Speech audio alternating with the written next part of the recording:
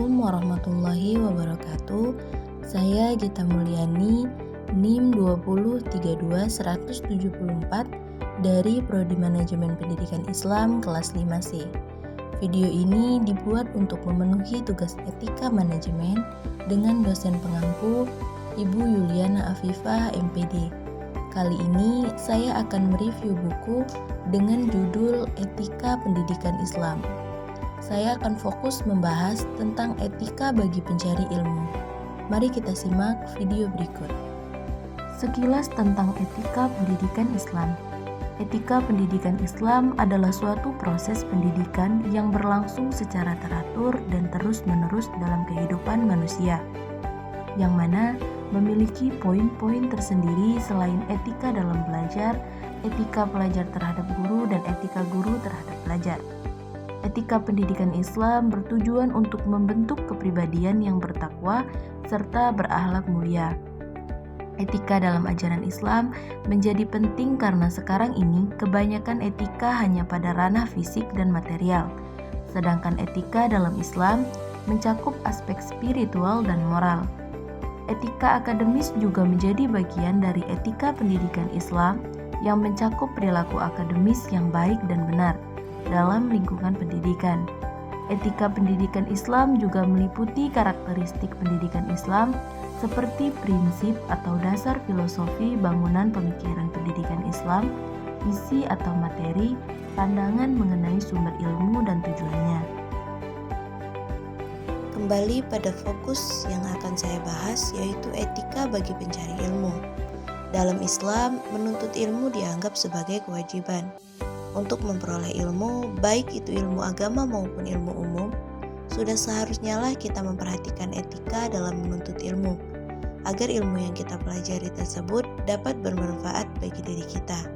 Setidaknya ada 10 macam etika yang harus dimiliki seorang pencari ilmu, yaitu sebagai berikut.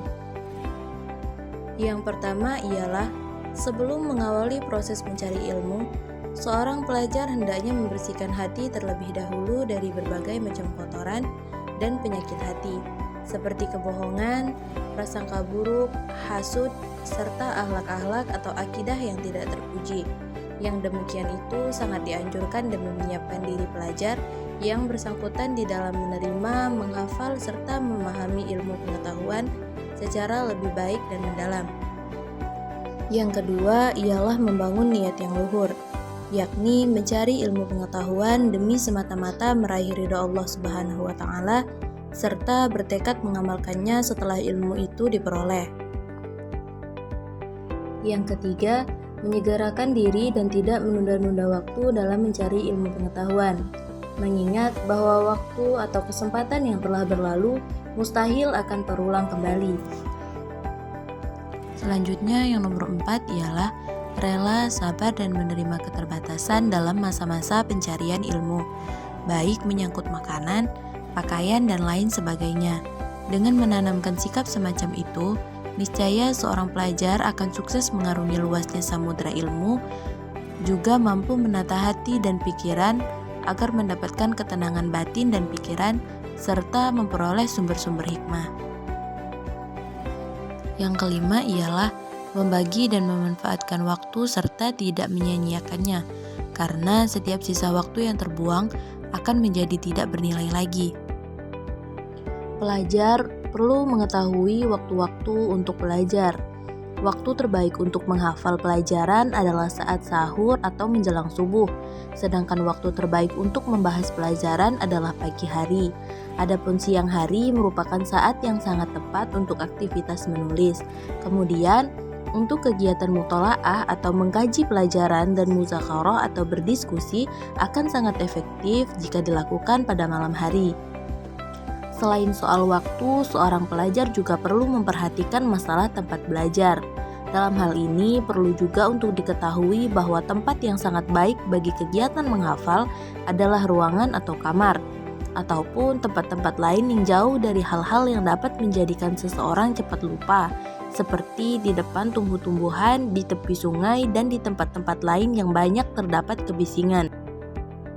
Yang keenam, yaitu tidak berlebihan atau terlampau kenyang dalam mengonsumsi makanan dan minuman, karena mengonsumsi makanan dan minuman terlalu banyak dapat menghalangi seseorang dari melakukan ibadah kepada Allah Subhanahu wa Ta'ala. Di sisi lain, sedikit mengonsumsi makanan dan minuman juga dapat menjadikan hati seseorang terbebas dari aneka macam penyakit hati.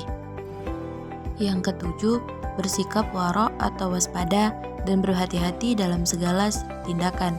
Seseorang yang sedang mencari ilmu pengetahuan sangat dianjurkan untuk selalu berusaha memperoleh segala sesuatunya dengan cara yang halal, baik menyangkut makanan, minuman, pakaian, tempat tinggal, dan lain sebagainya.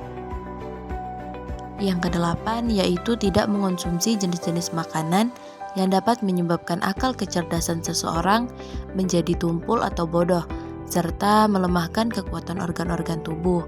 Jenis-jenis makanan tersebut diantaranya adalah buah apel yang rasanya kecut atau masam, aneka kacang-kacangan, air cuka, dan sebagainya.